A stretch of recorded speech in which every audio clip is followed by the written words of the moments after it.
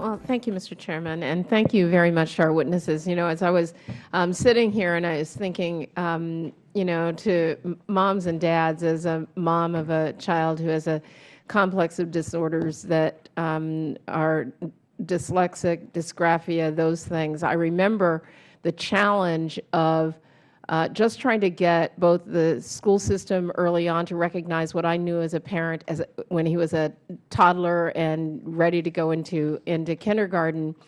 So complexities with the school system, then trying to get the health insurance system to recognize that I needed help to be able to pay to make sure that he could, that my son could be tested, and fighting with them actually for a couple of years until finally I actually just said, you know what, I'm not going to pay my mortgage this month because I'm going to pay for him to be tested, because I couldn't wait another 4 months or go into another school year knowing that I knew that there was a problem and I couldn't get the system really to listen.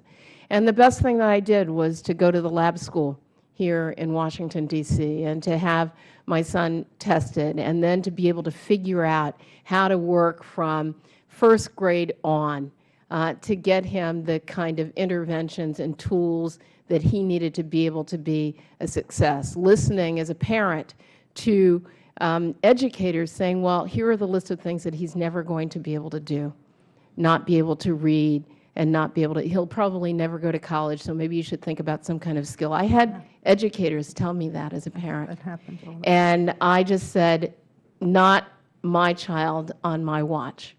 And when I think about parents and the challenges that they have with these various systems to be able to fight for their children, I just want to thank you all for being here today and sharing with us, because now as a member of Congress, going into so many classrooms where children are set aside and, you know, they have a, you know, some sort of, you know, challenge that doesn't allow them to pay attention in the kind of way they need in the classroom, but they're struggling, and instead they're described as disruptive and unruly, or they're not paying attention in the classroom.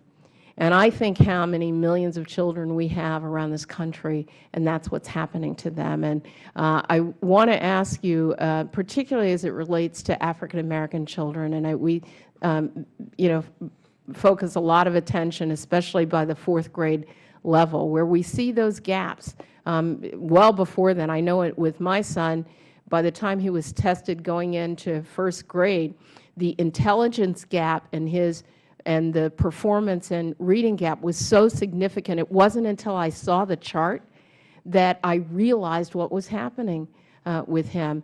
And so I want to know what it is that we really can do with all of these systems to help to have them integrate what needs to happen at the earliest level, at the pre-K and kindergarten level, so that we don't lose these children through 12th grade. And so any of you who can, you know, share with me, you know, our good doctors about what we can do, because I don't want another parent to have to forego a mortgage payment because the health insurance system doesn't step up so that they can get their child tested.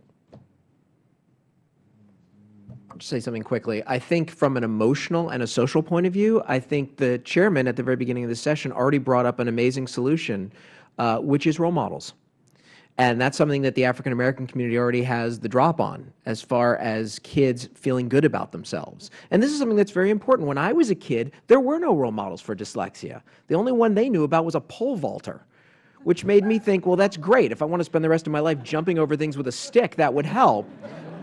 But I think there needs to be an accessible national database of successful people with dyslexia in all the fields. So that's the first thing you can say to a kid. So the first thing when a kid of any background says, I'm dyslexic, then we say to them, yeah, you and Einstein. Doctor? I would just like to go back to this issue of the fact what we already know, and the fact that much of what we know isn't being practiced and implemented in the reality out there. And it goes back to different kinds of information, one of which we haven't mentioned yet here, but we know from all of you who've spoken about, those of you who have reading children with reading problems in your family, but also maybe not just your children, but other family members. And that is, if you have dyslexia, the chance that your child will have dyslexia are much, much higher, somewhere around 35%, because it is a genetic, multiple genes are contributing to this. So we know who the children are who are likely to have reading problems when they're very small, if they have it in their family.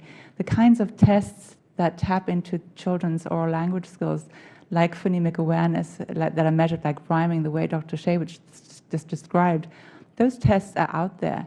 They're standardized tests. They've been out there for years. They're in the classrooms. They could be there. They're just not being used. They're not being used because probably somehow the person who should be using them hasn't been taught how to use them, and then doesn't know what to do with them, and then doesn't know what to do next. So there's a lot of research, and I think this is the sort of general frustration that we're feeling here, is that there's a lot of knowledge amongst those who are familiar with these tools that they can be used to identify children early and then to teach children early. And teaching children with dyslexia isn't radically different from teaching other children to learn to read. It's many of the same principles. It's just that their delivery has to be different. It has to be in smaller groups. It has to be more systematic. Use other techniques to enhance specific and emphasize specific areas. But it's not like these are children who have to learn completely differently. And so what I think what we are hearing here is this concern that teachers don't have these tools. And we hear this when you go to a conference like those hosted by the International Dyslexia Association. You hear the dialogue between teachers and people who are in research and who do reading research, and the teachers say, well, we didn't know that. You know, nobody taught us that at the schools, and we just don't know that. We didn't know we have these tools to evaluate reading or to help them to become skilled readers. So the biggest problem is making these things available and making sure that the people who are using these tools are using them in a way that they were intended to be used, so that the children who they're being used for can benefit from it. Thank you, Mr. Chairman. My time long expired. Thank you.